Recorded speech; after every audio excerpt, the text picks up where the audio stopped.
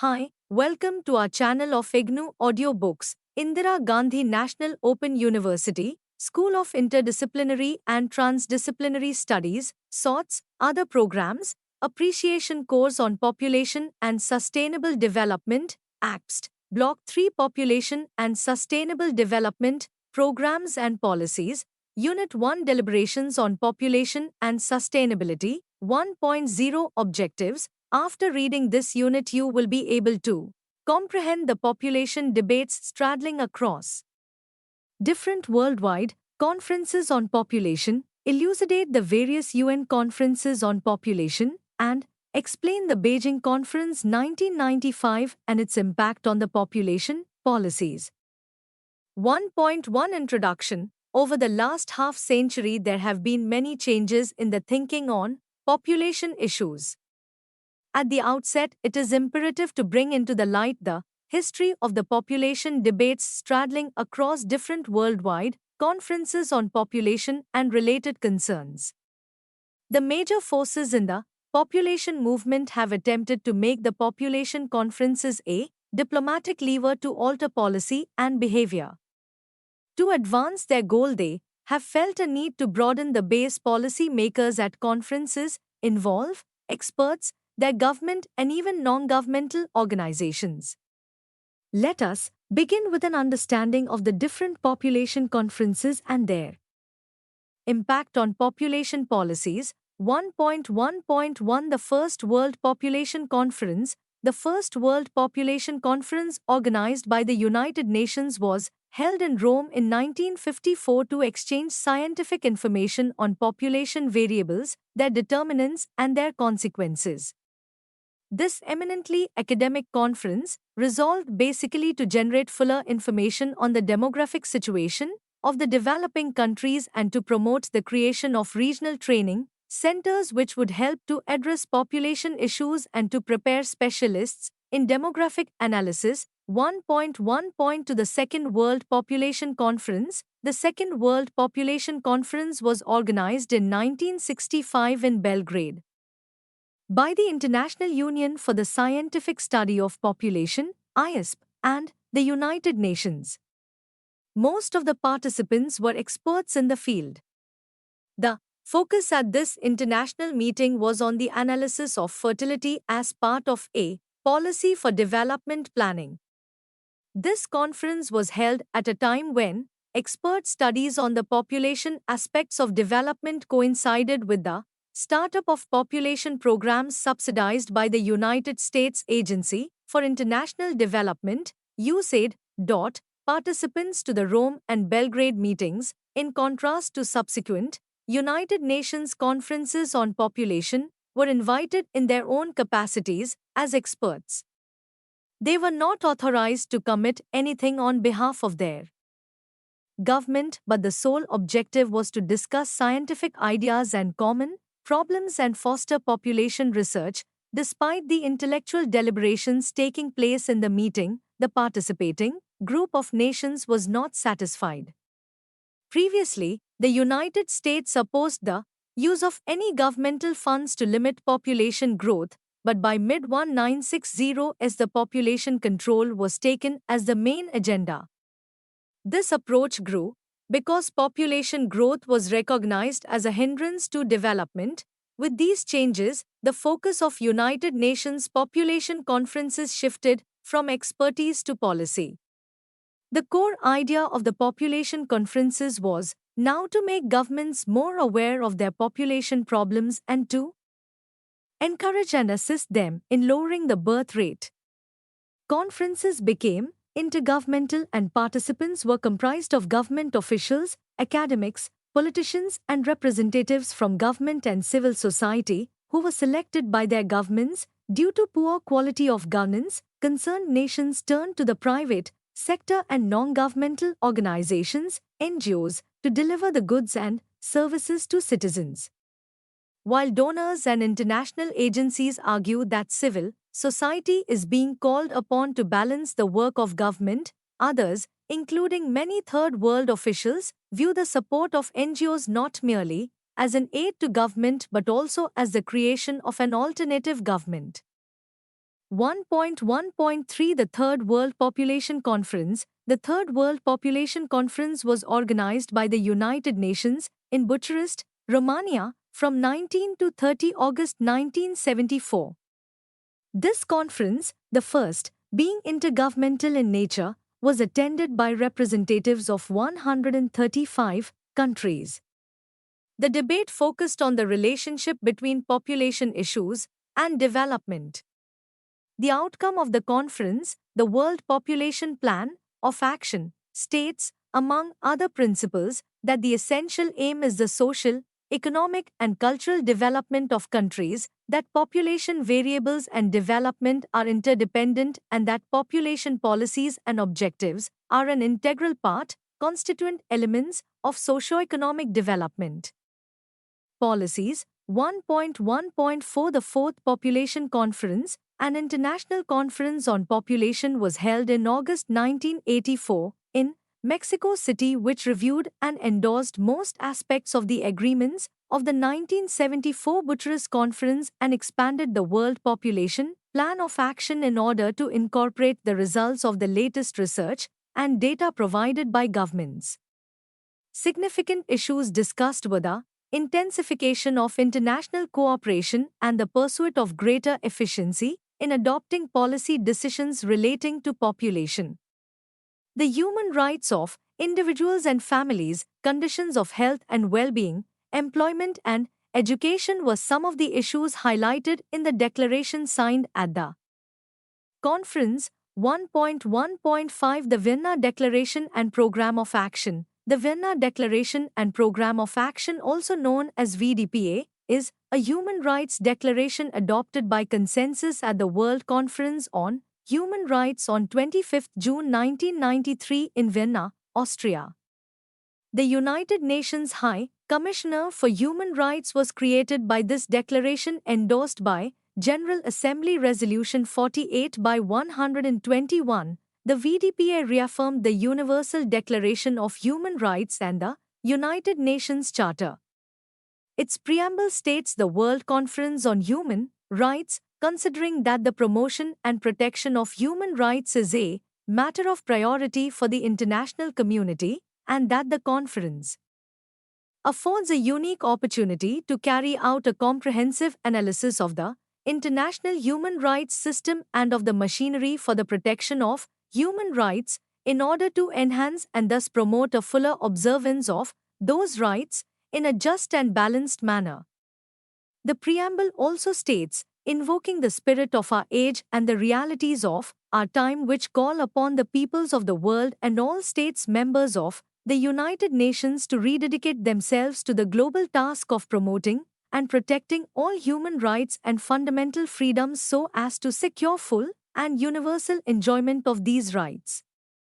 Whereas the Vienna Conference on Human Rights focused on the interrelationship among democracy, development, and human rights, the International Conference on Population and Development, ICPD, in Cairo, 1994 focused on the need to reconceptualize population issues based on the integration and interdependence of three variables: population, development, and the environment.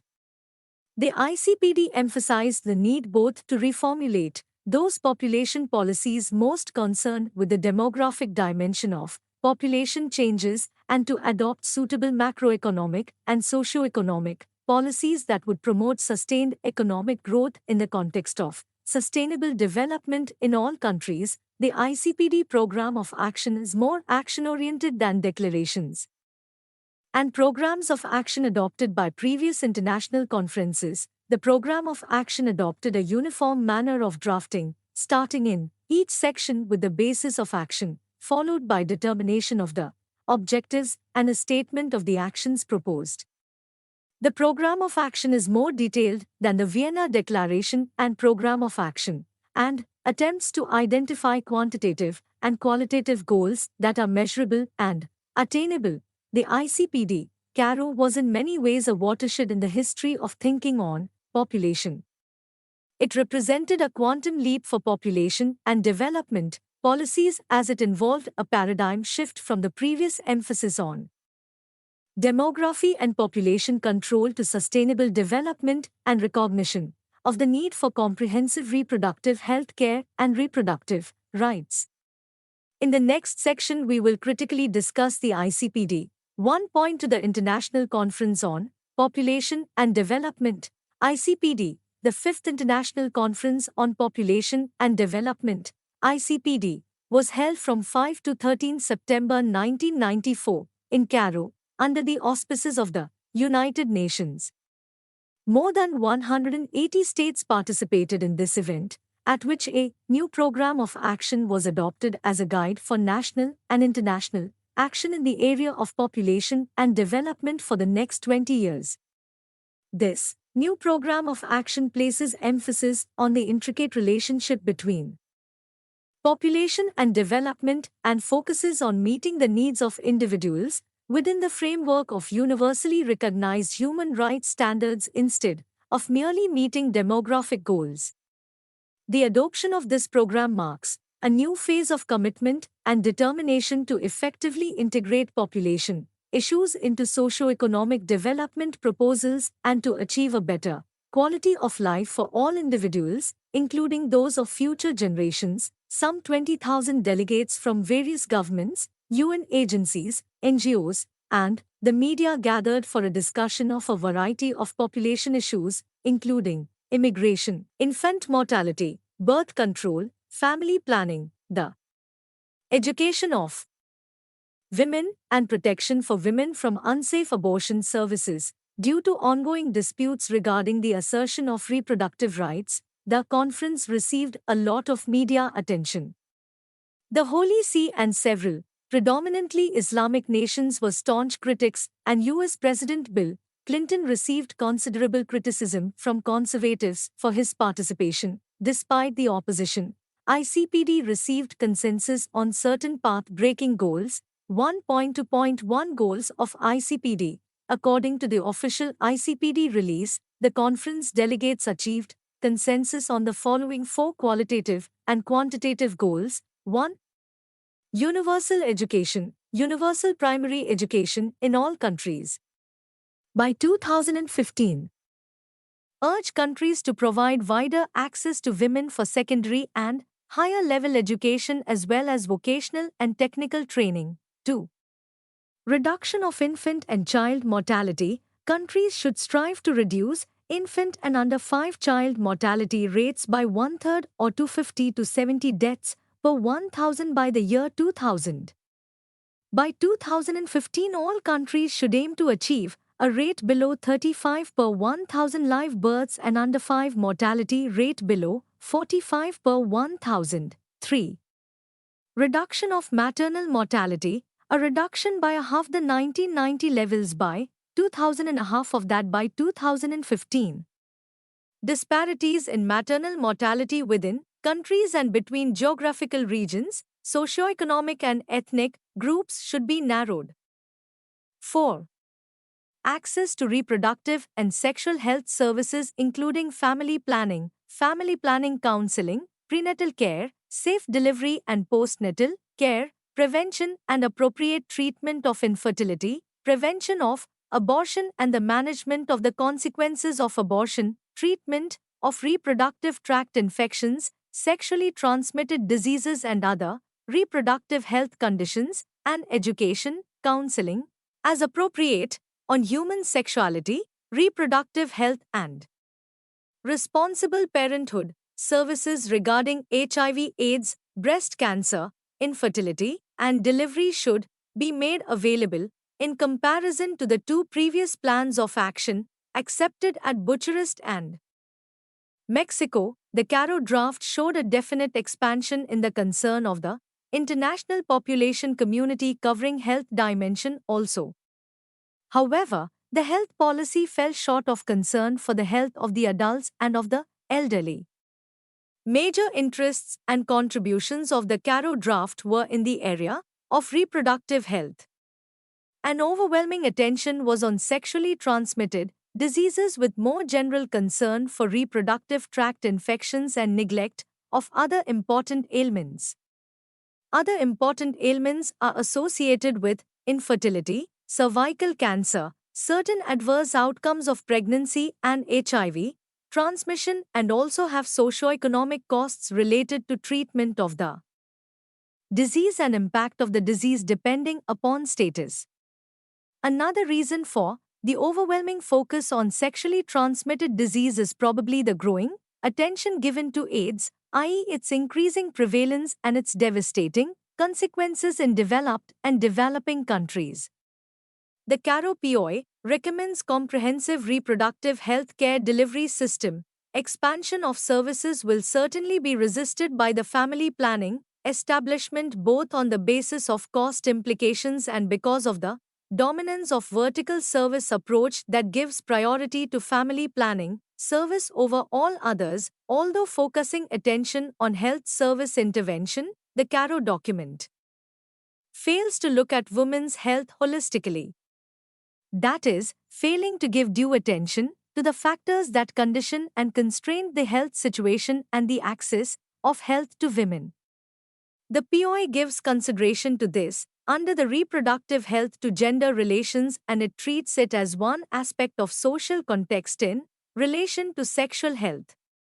However, other aspects such as women being socialized to accept morbidity in silence should have been taken into account in attracting women to use health services. Women's perception of self also needs to be considered, as women give priority to the needs of others over their own needs. Other aspects such as the heavy workload on women, particularly in rural areas, together with the increasing constraints of low status and poverty that prevents women from using health services, should also have been considered. On the whole, there is absence of articulation of issues relating to the health of women in the population policy. The population establishment deals most directly with medical interventions are subject to perceptions and behaviors that are deeply rooted in social and cultural realities. The main committee of ICPD had glossed over the question of equitable development and supported the Northern agenda of population control. Many Southern governments whose ruling elites now adopt the modern consumerist lifestyle of the North also adopted the same attitude. Southern NGOs, therefore, dismissed the claims of some delegates at the main conference that the conference was a victory for women whose empowerment is the cornerstone of the emerging ICPD document. Southern NGOs categorically maintained that the emphasis on population control measures pinned the blame squarely on the women of the South, when in fact these problems stem from the inequalities between the North and the South and exploitative transfer of resources, which has led to overconsumption and global environmental degradation. The program of action, they said, therefore is nothing but an insult to women, men and children in the South who will receive an ever growing dose of population assistance while their issues of life and death will wait. The Social Development Summit of 1995. Though development was a component of the theme of the conference, much time was consumed by the sections that were bracketed, not agreed upon at the drafting stage. Efforts were made to arrive at acceptable wordings, and in most cases they were interpreted differently by participating delegates. The decisions on matters related to development were virtually excluded from the discussions. There was a complete absence of discussion on the existing inequalities between the North and South and the unequal and exploitative transfer of resources that has led to overconsumption and global environmental degradation. Population growth in the North with its consumption pattern is a greater threat to the planet. Issue of debt of the third world countries that has influenced the global economic system and the resultant drastic cuts in the government spending on social services and falling standards and unemployment were also not discussed. It was generally said that the issues of development will be discussed at the Conference on Social Development scheduled to be held at Copenhagen in the beginning of 1995. Similarly, besides talking of the lights of education women and their rights of unemployment, there was hardly any discussion about the issues of women. And these were postponed to the Conference on Women to be held in September 1995 at Beijing, China, while CARO, like Bucharest and Mexico City, was an intergovernmental conference. NGOs were far more prominent, active, and influential than at earlier conferences. At this time, the NGOs had developed a transnational advocacy network, and the major donor nations were now relying on NGOs. While there was no great change in the formal process in preparation for the CARO conference, there were changes in the early 1990s enabling large numbers of NGOs to acquire accreditation and participate extensively in the preparation of the program of action. The CARO process was influenced by the participation of more than 1,500 NGOs whose interest areas were development, reproductive and adolescent health, women's rights and empowerment, violence against women, female genital mutilation, the rights of indigenous people, and family planning.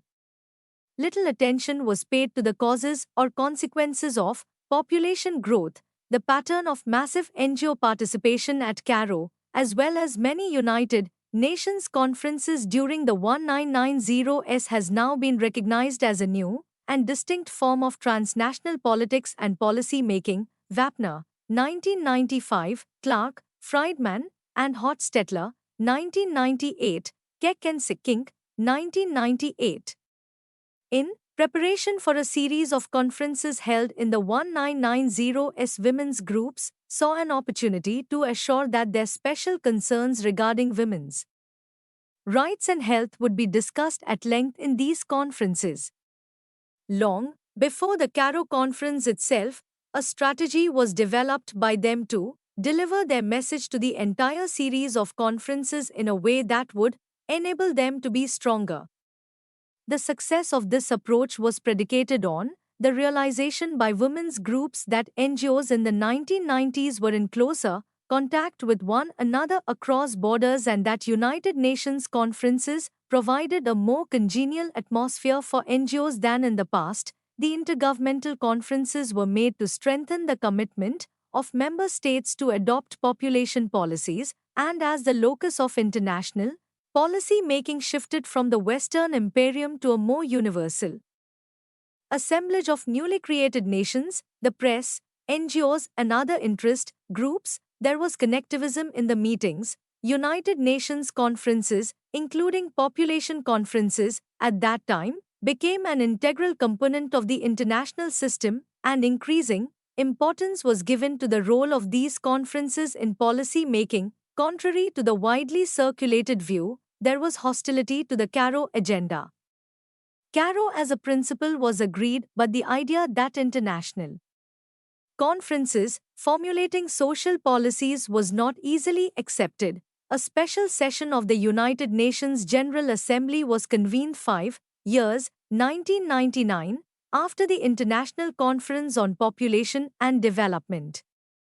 CARO, Egypt, 1994, to review and appraise the implementation of the program of action adopted at the 1994 conference.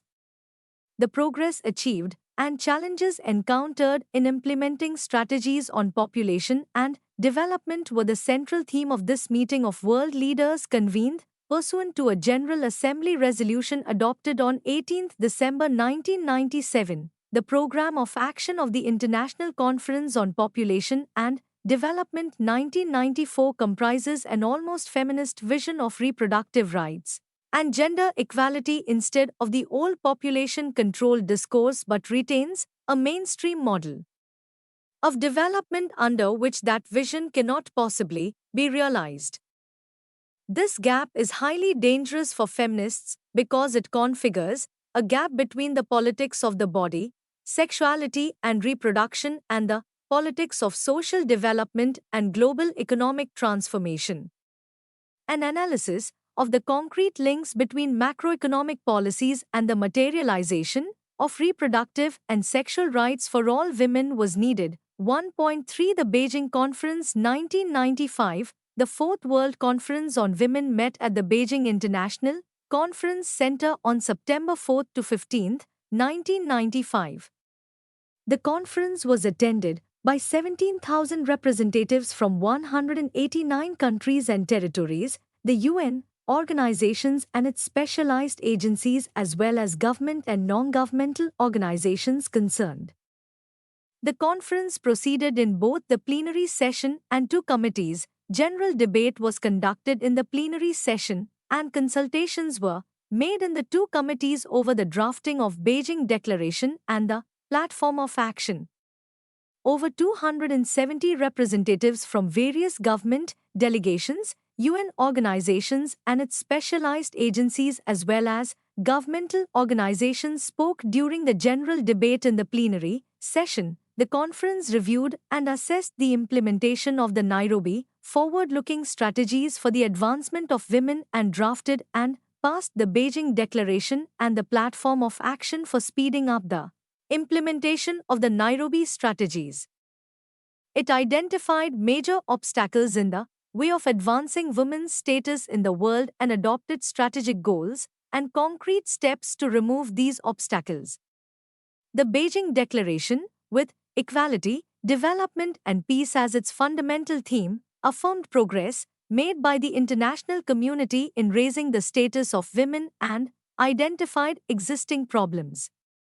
It reiterated the purposes and principles of the Charter of the United Nations and dealt with issues such as poverty, health, care, education and violence against women that were of special concern to developing countries. The declaration called on the international community to adopt immediate action for the early attainment of the goals outlined in the Nairobi strategies. It also called for mobilizing sufficient resources at both national and international level to implement the platform of action and particularly providing additional fund to developing countries to help them enhance the status of women. The platform of action detailed major problems facing women in various countries and laid out strategies and measures to resolve these problems.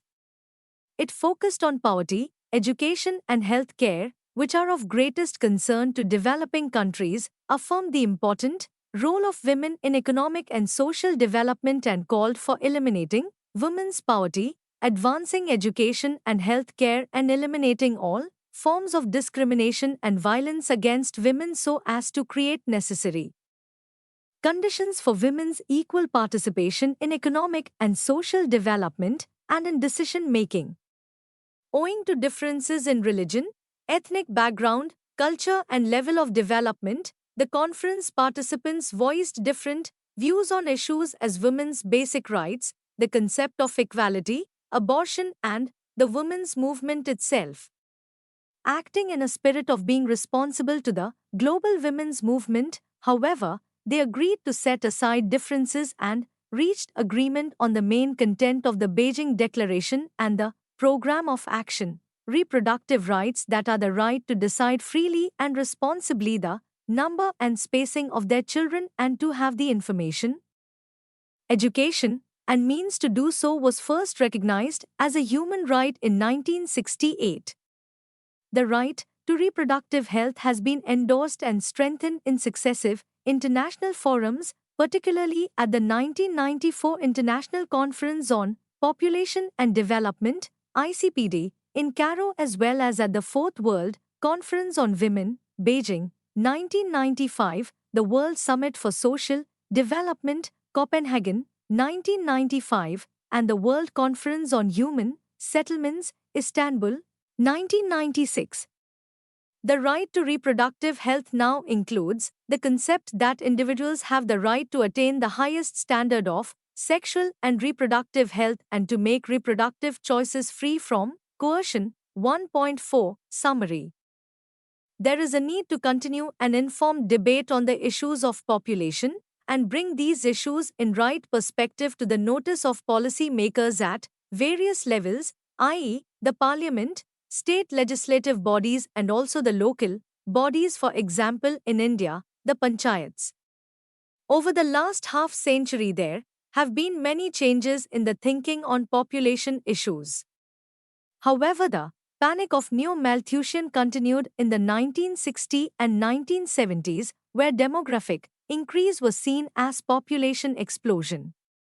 The thinking on population was primarily concerned with numbers, which were increasingly looked at with horror, and this fear defined the central core of the population program. The focus was mostly on population and not people. These programs did not look at human development as the need of the hour, but instead looked at women whose fertility needed to be controlled. This international perspective was also reflected in our national policies and programs up to the mid 1970s, when during the emergency the family planning program received a setback in India due to rigid implementation of a target-based approach. From the late 70s to mid 80s there was a lull, and from then on we seem to have revisited the population debate from the same old perspective. The IPCD Program of Action (POA) placed individuals at the center of development with a focus on building pillars of human rights, gender equity, and quality. The natural fallout of the IPCD was a commitment by India, signatory to the Cairo Declaration, to implement the reproductive health approach.